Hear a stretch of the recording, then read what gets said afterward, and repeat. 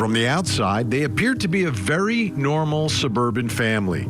Timothy and Tracey Ferriter, a mother and father, both working to provide the best life for their 4 children, living in the affluent town of Jupiter, Florida, in a wonderful community. A nice large house with a 2-car garage, but only 1 car could fit inside because of what else was in that garage. An 8x8 wooden box with a mattress, a camera, and a bucket. Investigators say that is where the Ferriters locked up their teenaged adopted son for hours at a time. The Ferriters have now been charged with aggravated child abuse.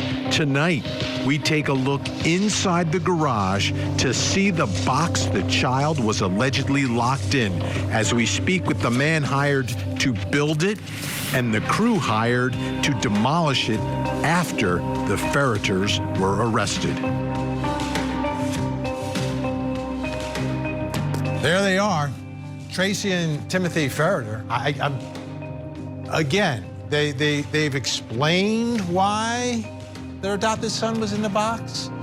It was because he had some problems, some mental problems. Maybe he had some danger issues for the other kids in the house. They wanted to keep people safe. He was acting out, but you can say that all you want.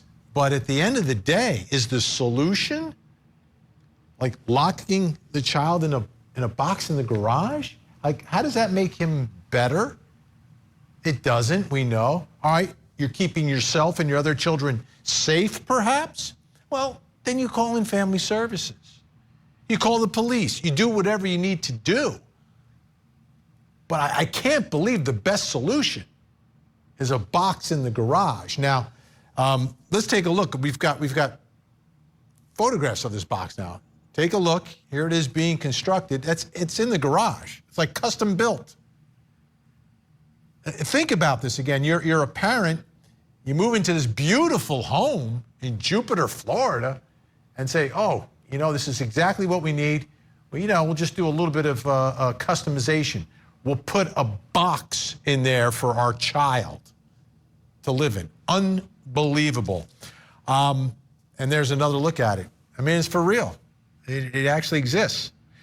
Let me read for you from a probable cause affidavit. The man who built the box was a little suspicious of what was going on here. Like, why am I building a box in the garage? So contacted police. Unbelievable. Great job. And here's what the police wrote down. Jack advised he was contacted by the owner of blank in the blank to build an office in the garage of the residence.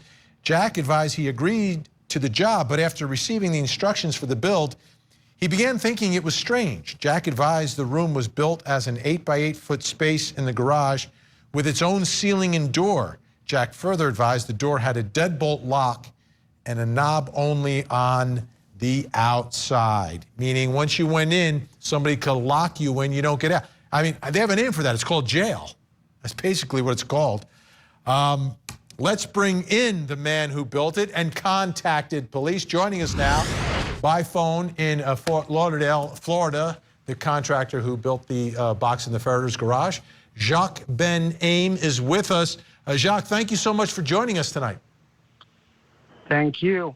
And first of all, unbelievable, great job contacting authorities after building this box. What did they say? What did they say was the reason they needed this box, and what were some of the specs or the specifications that they wanted built inside their garage?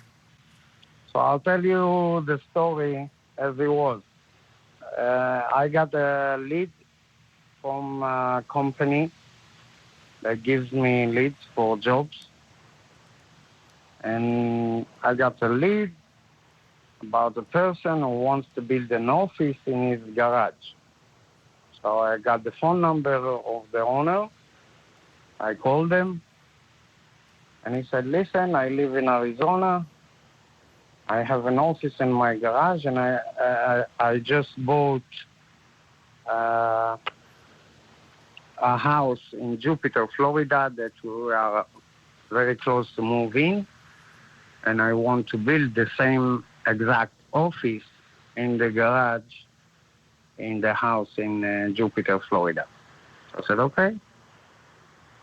And then he sent me there, and his friend came to open the door for me. And he knew exactly what he wants. He said, build me a box. He has a two-car garage, which is 16 feet long. And he asked me to build a box, basically, on 8 feet on 8 feet. And he asked me, on top of that, to build a ceiling for that box under the existing ceiling with a space of 2 feet. So when they open the garage door, she can slide between the two ceilings. Do you understand what I'm saying? Absolutely. Yeah, the door will slide back so you can open the garage door. So basically that box is completely sealed from every way. So the first thing I asked him, do you want me to open a window for that office? And he said, no, I don't need a window. So I said, listen, this is Florida. It's very hot in here. You're going to cook yourself in this garage, in this office. And I suggest to bring in away from the AC to cool this office. And he said, yeah, this is a good idea, but I will do it later, so don't worry about it. Wow. And so far it was okay for me. So every day when I finish the work, I used to FaceTime him and show him the work we did, and that way he could see. Now, in the last day of the job, I show him the finish of the job, which was the painting and the installing of the light in the office, etc., and the door. And then he asked me for one little favor. He said, listen, I need a favor from you. I said, okay, what? He said, go to the Home Depot, and you know the interior doors of the house, they have a handle lock, yeah? And he asked me to go to the Home Depot and buy a deadlock like you have in the main door of your house. You see what I mean? Absolutely. You can lock it up so whoever goes in can't get out. And No, this is not there yet. He asked me to add a deadlock to the door.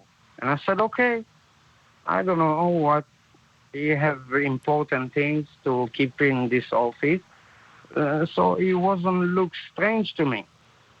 So I went to the Home Depot and I bought the deadlock, and I installed it on top of the handle lock. And then I picture it for him, as you can see in the picture I send you. And then he asked me to reverse the locks. That means that the knobs of the locks will be outside of that office, and the key hole will be inside that office. And I said, okay. On top of that, he asked me to drill a hole in the corner for a camera that he wants to install over there. wow. And we'll watch. Jacques, can you stay with us, Jacques? We're gonna take a quick break here. We got to get a commercial in. Jacques' gonna stay with us, and then we're gonna bring in the team that demoed the box. We'll be right back. Hey there, Court TV viewer. We know that you tune in to Court TV Live for our gavel-to-gavel coverage of some of the country's most fascinating court cases. And you may have noticed this new addition to our programming. See it right there? This is a way for you to dig even deeper into the trials that we're covering. Just take your cell phone like this, scan that QR code to reveal everything you need to know about the case you're watching. Isn't that great? So much information right in the palm of your hand. This is just another way that Court TV gives you a front row seat to justice.